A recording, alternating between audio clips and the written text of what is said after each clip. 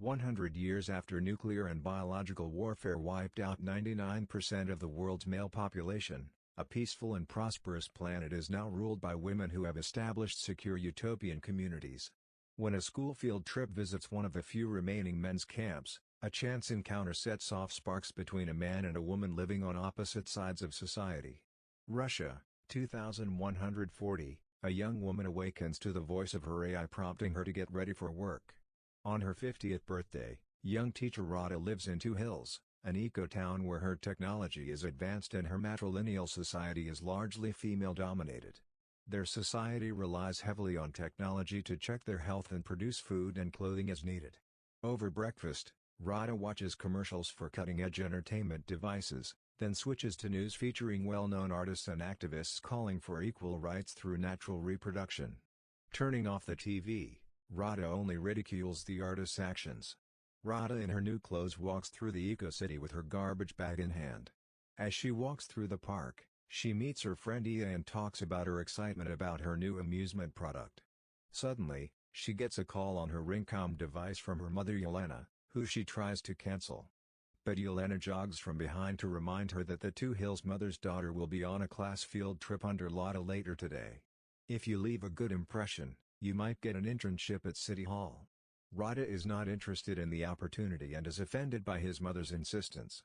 Before continuing her jog, Elena reminds Rada to bring a whistle on her excursion as primates are plentiful in Moscow. He said that after his mother returned, Rada would throw the garbage in the trash can, but he should have sorted the garbage. Rada says he can't because he is late for work. A policewoman on her bike saw this and deducted her social points from Rada for breaking her rules, and later gave points to Ia for remembering her friend. These points are their currency in society and also determine their position in the social hierarchy. She quickly hailed her car and took me to the shuttle where her classes were held. Ms. Rada gets into her car, apologizes to her students for her delay and begins her lecture with a short video. This video explains how men once ruled the world and women were oppressed by greed and war. With the progress of global warming and war, the Earth and society were on the verge of collapse. In 2030, the conflict between the United States and North Korea escalated, and North Korea created a virus to destroy all humans and sent it to the United States. However, the virus mutated and spread across the globe, wiping out 99% of the male species of humanity. When science failed to find an immediate cure, the disease brought fear, grief, and loss to humanity. Over the years, women began to seize power and rule the world. They have solved all the problems they started, brought down global warming, reduced pollution and allowed wildlife to survive. With nearly all diseases eradicated, life expectancy has now increased to 150 years, which explains why women look youthful despite their age. With male fertility declining, most people choose to migrate to the suburbs of green cities, where pristine environments remain and lack quality food, education and technology. Beyond the eco-town barriers, the men roam the slums with a few rough women who have joined the colony. Meanwhile, Jerry haggles over an important computer component, but the man refuses to give up. To trick the seller, he takes out a fidget spinner and pretends to be thinking about the price the man asks. The salesman was fascinated by the toy and foolishly traded it for a computer cable spinner and even threw in a poster of a beautiful woman. Jer hides her laughter, receives her goods, and walks through the slums. Around him are people who are content with what they can loot and watch the street fighting for amusement. Gare came home and immediately fixed his grandfather's old computer with a cable. When it finally starts, Gare calls his grandfather. And the old man's eyes filled with tears of joy. Pointing to a game he used to play, his grandfather reveals that Gare was named after his favorite Witcher character, Geralt. They then look at an old love story and Gare asks his grandfather what love is. Older men say it's the biggest thing they give their lives for. Suddenly, I heard a man calling Gare's name and quickly turned off the monitor. A man, Krissa, entered the room and excitedly asked if Gally had fixed the device or if it had something to look forward to. However, Gare and his grandfather pretend the device is still broken. Dejected, Krissa tells Gare to go to the meeting because he needs her. Meanwhile, the class visits an elevated platform overlooking Moscow, where the students take photographs of the abandoned city. Wondering, Mira asked the teacher why the building was so tall and huge. With a grin, Rada says that men have built so much infrastructure to feed their egos and compensate for their physical imperfections that girls have come to make fun of them for their stupidity. At the camp, the men prepare to celebrate the arrival of an important person. When the entourage finally arrives, the host prepares the microphone, piano and speakers. Chris signals the hosts to turn on the music while everyone lines up to greet the guests. The Baron got out of the car, closed his eyes and enjoyed the music for a few minutes. After a while, he asked the host to stop singing and went on stage. After greeting the men and few women in the commune, the Baron discusses the abuse of men by women and how his grandfather was the first to break out of a woman-dominated society and establish a community where men were free to do whatever they did. Started giving a speech about being a man of the want. He wished his planned uprising against the government a success and celebrated his Independence Day to honor the local population. The men cheered and applauded to show their support. After the speech, he ordered his men to shower the townsfolk with candy looted from the candy factory. While the others are busy picking up candy that has fallen on the floor, the Baron calls out to Jera. Jera reluctantly approaches him. He ordered the boy to catch a goose and cook a Peking duck before showing off his crocodile leather shoes to the others. Rada, meanwhile, leads the students out of the camp and shows them the extreme differences between their world and the world of primates. On the way back, the girls request to meet primitive people, but the teacher refuses the request, saying it is too dangerous. However, Mila strongly recommends Rada to go inside. The students are equally intrigued and disgusted by the men's living conditions when they happen to see the locals enjoying a feast. However, her gaze is not very popular with the residents. The man got up, pulled down his pants wildly, and showed his privates, but the girls did not consider his behavior disrespectful.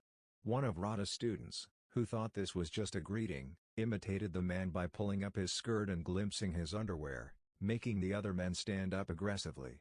Fearing what will happen, Rada takes the students back to the shuttle. While Rada is counting the number of students on the shuttle, he notices Mira is missing. When Rada returns to camp, he sees Mira staring at the goose. Suddenly a galley appeared and decapitated the poor animal with a machete, frightening the women. When he hears someone approaching, Gara calls him into hiding. While they were hiding behind a wall, Gara couldn't help but stare at the beautiful woman next door. After her passerby leaves, Rada thanks Jera for saving her life, but the boy is completely captivated by her teacher's beauty and ends up kissing her. Her startled Rada whistled her in a panic, warning her other men to find and catch her. After handing over the prisoners to the Baron organized a slapping contest in which the winner would be allowed to have children with the women. Thinking of her, Jera volunteers, and the Baron chooses Giant, his imposing bodyguard, as his opponent. The Baron delivered the first blow to Jera. He twists his arm and hits the bald man with all his might, but the Giant does not flinch. When the Giant's turn came, he swung his arm towards Gara's face, but he deftly dodged the slap and the Giant instead punched the Baron and threw the leader to the ground. While everyone else, concerned for the Baron's safety, rushed toward the fallen man, Jera urged the women to hurry to the shuttle. Gara, realizing that he has been badly injured in his act, runs home and tells his grandfather to hide him. Sometime later, Chris arrives with the other men and asks about Jera's whereabouts. The old man pointed out that his grandson had escaped through the window, after which the man jumped and fell. The old man then reminds them that the moonshine is ready, and Chrissa abandons her search for Gara. Later, Chrissa and another man carry the luggage and wait for the shuttle to pick up the moonshine. As the shuttle slowed down, Julius asked AI Larissa why it stopped in the middle of the forest. Larissa calls him Seed Keeper and tells him to pick up a new battery. When Julius opens the shuttle, Chrissa identifies herself as the technical service team and loads the luggage on board. As the shuttle moved, the drums trembled and the galley flew out of the container, startling Julius. Garrett checked the battery status and asked if he could exit the shuttle, but explained that when the doors opened the car was moving too fast to jump out safely. Julius explains that the shuttle is on autopilot and cannot be stopped, but promises Garrett that if the shuttle slows down as it nears its destination, they will be able to escape. Julius becomes curious about the drink Jera is drinking from the bottle and asks what it is. Galley is moonlight, she says, and she offers something to the curious man. Julius was astonished by the intense taste of the wine, coughed and frowned, and called it an abomination. At her home in Rada, Elena confronts her daughter about irresponsible behavior that could threaten her own position in society. A gaudily dressed elderly woman arrives, interrupts their discussion and immediately comes to Rada's aid. The older woman was an artist and activist who Rada had seen protests on the news that morning. She is Yelena's mother and also Rada's grandmother Zoya. Yelena tells Zoya that if they hadn't fled the camp, Rada could have been kidnapped or taken advantage of by the men. She also blamed Rada for her Zoya influence before giving her daughter her birthday present and walking away. Rada excitedly opens it to see the latest pleasure device everyone is talking about. A few seconds later, Zoya asks about the primate Rada encountered. Rada tells her grandmother that she is surprised that he was protective of her and showed no aggression. Zoya tells her that was what a real man looked like in her time. She shows Rada a photo of a man she once loved and described as handsome. But Rada tells her that the man in the camp is more handsome. On the shuttle, Jera and Julius are having a good time drinking, but the seed keeper is getting more and more drunk. Julius says that his duty to mankind is to offer his species to the women. In return they will be pampered and well cared for. To Jera's surprise, Julius says that only 10 people are assigned to each eco-town. Julius drinks schnapps and Jera tells Julius to sit down and rest, which the man ignores. A drunk Julius destroys the ring communication device and orders Larissa to open the shuttle door. Julius accidentally falls out of the car when a tree branch hits his head. Jera finds herself stranded on the shuttle and can only watch in panic. When the car reaches the eco-town border, Jera steps off the shuttle and is greeted by the guards on duty. She finds that his ring is missing and he lies that he broke the communication device. Luckily, the woman kindly told him that he would just report his ring missing and have the authorities replace it. Her guard then asks her if she can touch her trooper to wish her luck, and he does. A beautiful woman arrives on a bicycle with a carriage. Jella rides in a chariot and a woman takes him to the city. Meanwhile, in the park, Rada and Ia discuss Zoya's strange belief that men should return to society. When Rada asks his friend why it bothers him, she replies that Ia finds Zoya's behavior strange.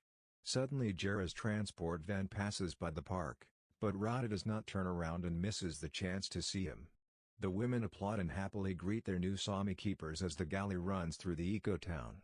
Finally they arrive at the town hall, where Jera is greeted by Bella, mother of 2 hills. To greet the community, they present the boy with an apple, which the boy and Bella each take a bite of. When the clock strikes 7 o'clock, everyone gathers and hugs. Jera, disguised as Julius, is allowed to hug Elena. While hugging the secretary, Bella asks if the moonlight has arrived, which the secretary confirms. Jera then took a tour of the new home and was impressed with the amenities other species owners are currently enjoying. Yelena is keen to start her work, and she believes she sleeps with women to spread her seed. She shows him to another room. Before he enters, Jera asks Yelena if she wants to go inside her. The woman notices his immaturity and assures him that someone inside will take care of him. As Jera entered the room, much to his dismay, he was met by a middle-aged woman named Liuba. She gestured to him to sit in a lounge chair while she brought in her brewer. Liuba attaches a suction tube to a member of galley and realizes that this is her method of collecting galley's semen. Though uncomfortable at first, Jella relaxes and introduces herself to Rada during the trial. Meanwhile, at home, Rada brings the pleasure device into bed and imagines Jera in the same way.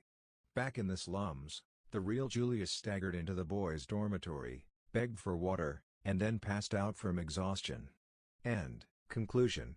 In a world reshaped by cataclysmic events, the stark contrast between the peaceful and advanced female-dominated society and the rough existence of men living on the fringes underscores the complex dynamics that govern their interactions. As chance encounters and unforeseen connections unfold, the paths of Rada and Jera become intertwined, challenging the status quo and igniting a chain of events that could potentially reshape the delicate balance that exists between the two worlds. Thanks again from Movies Recapped. If you enjoyed this movie recap, don't forget to hit that like button and subscribe for more captivating narratives and engaging content. Please also comment on your thoughts and so I know you subscribed and I will reply back to you.